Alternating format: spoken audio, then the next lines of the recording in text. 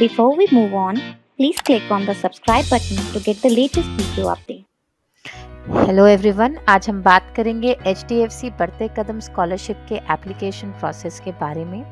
जैसा कि आप देख सकते हैं, इस वक्त मैं उस स्कॉलरशिप के लैंडिंग पेज पे हूँ। इसका URL आप डिस्क्रिप्शन में पा सकते हैं। इस वीडियो के इस पेज के अंदर आप इस स्कॉलरशिप की सारी डिटेल्स पा सकते हैं। ये स्कॉलरशिप अभी 2022-23 के एकेडमिक ईयर के लिए ओपन है। इसमें अभी 5 कैटेगरीज के अंडर एप्लीकेशन रिसीव की जा रही हैं। जो पहली है क्लास 11 एंड 12 स्टूडेंट्स के लिए जनरल कैटेगरी के, दूसरी है जनरल ग्रेजुएशन स्टूडेंट्स के लिए, तीसरी है प्रोफेशनल ग्रेजुएशन स्टूडेंट्स के लिए, चौथी है स्टूडेंट्स विद डिसेबिलिटीज़ के लिए एंड पांचवी है कॉम्पिटिटिव एग्जाम्स कोचिंग के लिए।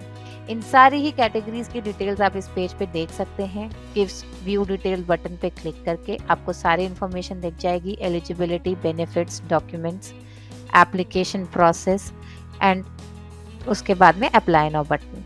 जिस भी कैटेगरी के लिए आप खुद को एलिजिबल पाते हैं, आप उसके अप्लाई नाउ बटन पे क्लिक कर सकते हैं एंड आगे बढ़ सकते हैं।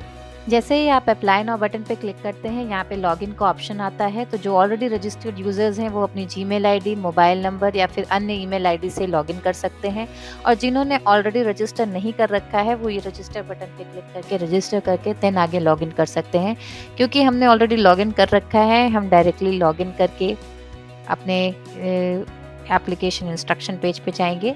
ये जैसे ही इसका एप्लीकेशन इंस्ट्रक्शन पेज खुलेगा, आप देख सकते हैं इस वक्त हम जनरल ग्रेजुएशन कैटेगरी के लिए अप्लाई कर रहे हैं। यहाँ पे उसके इंस्ट्रक्शंस दे रखे हैं, आप उसको पढ़ सकते हैं एंड आपको स्टार्ट एप्लीकेशन के बटन पे क्लिक करना है। जैसे ही आप इस बटन पे क्लिक करेंगे, आपके सामने एप्लीकेशन फॉर्म खुल जाएगा।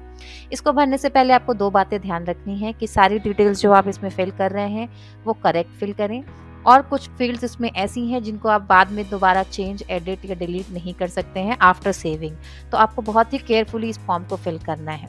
पहला सेक्शन जो इस फॉर्म का है वो है पर्सनल डिटेल का। यहाँ पे स्टूडेंट्स को अपनी पर्सनल डिटेल्स ऐड करनी है, जैसे कि नाम, email, mobile number, WhatsApp number.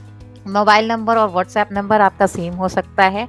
Alternate mobile number में आप अपने पेरेंट्स का या सिबलिंग्स का नंबर दे सकते हैं। इसके अलावा आपका date of birth, gender, Aadhaar card number, parental status and annual family income add करनी है, एड्रेस ऐड करना है एंड सेव एंड कंटिन्यू करना है।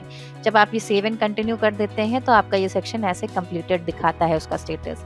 फिर आप नेक्स्ट सेक्शन पे जाते हैं जो है एजुकेशनल डिटेल्स का सेक्शन। यहाँ पे आपको जिस भी कैटेगरी के लिए आप अप्लाई कर रहे होंगे उसमें अपनी प्रेजेंट क्लास डालनी है और प्रेजेंट क्लास के साथ साथ अपनी प्रीवियस क्लास की डिटेल्स डालनी है। तो क्योंकि ये ग्रेजुएशन कैटेगरी के लिए है, यहाँ पे हमने ग्रेजुएशन की डिटेल्स फिल कर रखी है। उसमें आपकी क्लास हो जाती है, कौन सा कोर्स परस्यू कर रहे हैं, क्या ड्यूरेशन है उस कोर्स की, कौन से सेमेस्टर में पढ़ रहे हैं आप, कौन से ईयर में है, कहाँ पे है आपका इंस्टीट्यूट, किस टाइप का इंस्टीट्यूट है, क्या नाम है उसका एंड क्या मोड है आपका कोर्स का, वो सारी डिटेल्स फिल होती हैं।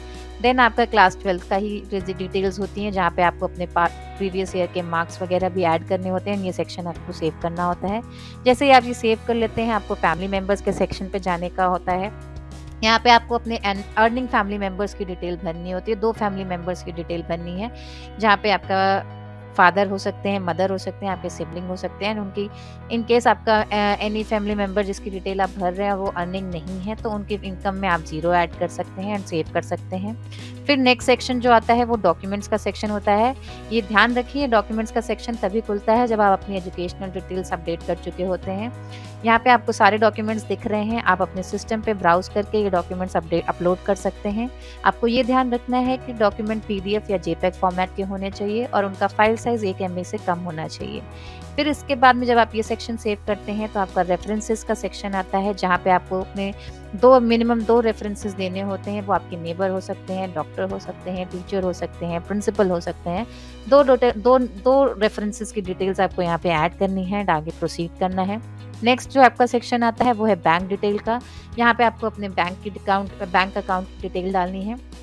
सारी डिटेल्स आपको बहुत केयरफुली फिल करनी चाहिए, क्योंकि इसी के बेसिस पे आपका स्कॉलरशिप अमाउंट ट्रांसफ़र होता है अगर आप सिलेक्टेड होते हैं तो।